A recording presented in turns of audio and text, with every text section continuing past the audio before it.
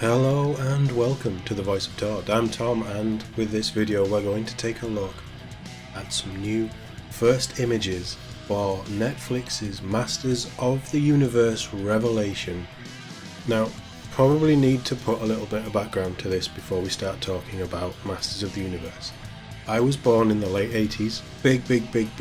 Big part of my childhood was He-Man, Masters of the Universe, the 80s cartoon. I've probably seen each episode more times than is probably healthy, but it has a real special place in my heart. I tried to watch it back recently in the last 5 years. It's very of its time is the best way to put it, but it's certainly something that I love, and I am very excited about this continuation, I suppose, of Masters of the Universe and the story that was going on at the time.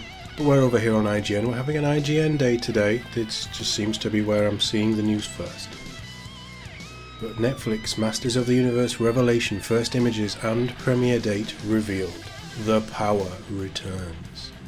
Netflix and Mattel Television have shared a sneak peek at Masters of the Universe Revelation, the highly anticipated animated series that will be premiering globally July 23rd. The streamer announced that the first of the 5-episode series will debut on Friday, July 23rd, and will pick up where the iconic characters left off decades ago, following a cataclysmic battle between He-Man and Skeletor that leaves Eternia fractured and the Guardians of Grayskull scattered throughout the land. The story sees Teela reunite the broken band of heroes to ultimately prevent the end of the universe. Masters of the Universe Revelation is also said to feature much deeper themes, characterizations, and more harrowing battles than ever before. And with the franchise's fan-favourite characters expected to evolve over the course of the series, Netflix provided first-look images of the series and its character designs, produced by Powerhouse Animation with greater detail, modern lighting and atmosphere. So we're going to take a look at these images. It's iconic. He-Man there, sword in hand, ready to...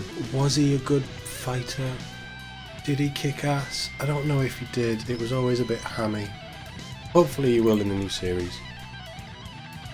You can already see lighting and stuff, effects. It's modern, but it feels very much like an homage. Look at the background. There's a slight grain to these images. It reminds me of the 80s. Cartoons. I mean, Skeletor's just iconic. Absolute iconic bad guy. Mossman, I believe. I mean, this isn't animated, but the stills look very good. Prince Adam with the sword. Does he still have the power? I guess he does, because we've already seen He-Man. Evil Lyn, Orko. Beastman. Teela. Classic. I'm guessing that is the throne room, because that's the thrones of Eternia. He-Man and Battle Cat. Classic. Absolute classic. The images spotlight the show's kaleidoscope of heroes and villains, voiced by an all-star cast made up of Mark Hamill as Skeletor, Lena Headey as Evil Lyn, Chris Wood as Prince Adam He-Man, Sarah Michelle Gellar as Teela, and many, many more. Alan Oppenheimer, the original voice of Skeletor, is also back on board for the project, but this time he brings his vocal talents to the character Mossman. That's interesting. So you've got the original voice of Skeletor back, but you're not using him. I mean, Mark Hamill is perfect as Skeletor, so I can kind of see that. Just interesting. Showrunner and exec producer Kevin Smith spoke about how Masters of the Universe established itself as part of the global pop culture fabric, and that love and affection for the world ultimately helped to make the show possible. A big reason we got such top-tier voice talent was because people genuinely want to be part of this world, he said, speaking of the fandom surrounding the franchise. So many of us were touched by the stories of these characters early in our lives, and we're so happy to come back to Eternia. But even if you've never watched a single episode of the show or don't know this universe at all, you can jump right into the story. It's a really classic, universal action-adventure epic about growth, discovery, magic and power. The series explores destiny in a fresh way.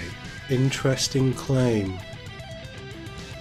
That is a very bold claim. I'm not going to go through pictures. There's about 20-25 pictures of the voice actors and the characters that they're playing, so we're not going to go through them. But Liam Cunningham as Man-at-Arms, is there a more perfect voice for a modern day Man-at-Arms than Liam Cunningham? But Liam Cunningham's great, he has a great voice, so yeah, all in for this. Smith also touched on the design inspiration of the series, highlighting the importance of upholding the classic look that fans remember from the 80s. This guy, he's a fan himself. I think first and foremost he will say he's a fan. He knows fan service. He should know at least how to do it right. That's why I have high hopes for this. Visually, we also made the conscious decision to lean into the Masters of the Universe line of toys for inspiration. Mattel owns this entire vast library of that artwork, so right away we wanted the show to open with classic pieces of that artwork. If you don't know, Mattel, who were the brains behind the show, cartoons in the 80s were really just a way of selling toys to kids. They were a 25-minute animated commercial. That's all they were. Ahead of the upcoming animated series, Mattel is re-releasing an all-new Masters of the Universe Masterverse toy line. Of course they are. Why wouldn't they? Cash in on it as much as you can. Consisting of 6 action figures with highly detailed designs to enable fans to bring the iconic characters to life at home.